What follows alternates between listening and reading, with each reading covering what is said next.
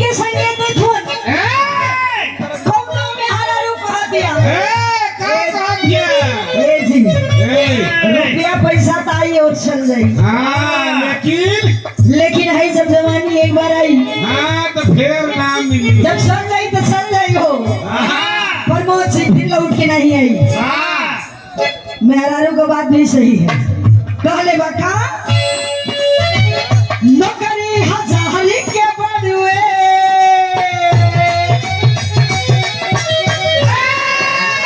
मेहरारूआ कह दिया सुनो 1000 का तू नौकरी करेला हई करोड़ों का जवानी हम यहाँ खर्च करत थी खेत गृहस्थी में बर्बाद करत थी बाहर कमाइल भेर था कह दिया का नौकरी हजार के बड़ुए जवानी बात करोड़ के नौकरी हजार के बड़ुए जवानी बात करोड़ के नौकरी हजार के बड़ुए जवानी बात घरे आ जाए हो करे जाऊं घरे आ जाए हो करे जाऊं काम काज छोड़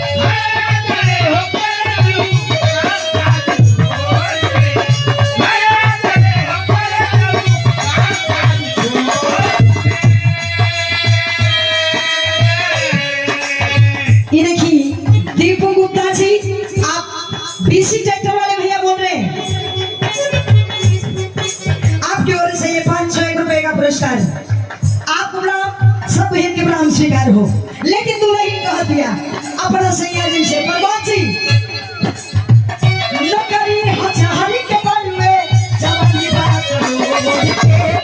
नौकरी हजार के बारे में जवानी बात करो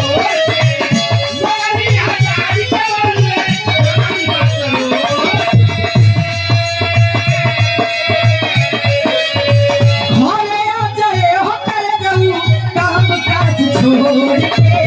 घरे आ जाए हो करे जाऊं काम काज छोड़ के घरे आ जाए हो करे जाऊं काम काज छोड़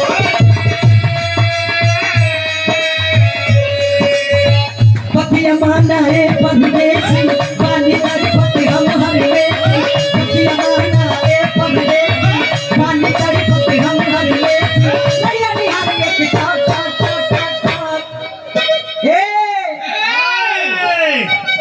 ए राजा हो करे जा हो करे जा हो करे बता कर ए राजा हो करे जा हो करे जा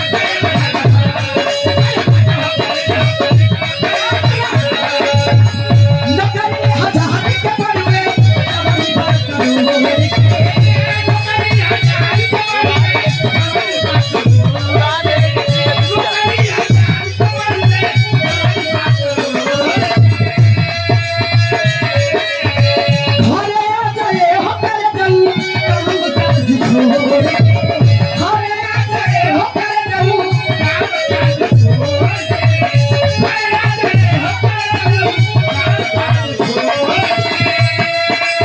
पतिया माना ए परदेसी पानी करे पति हम हरवेसी पतिया माना ए परदेसी पानी करे पति हम हरवेसी नैया निहार के टाक टाक टाक टाक टाक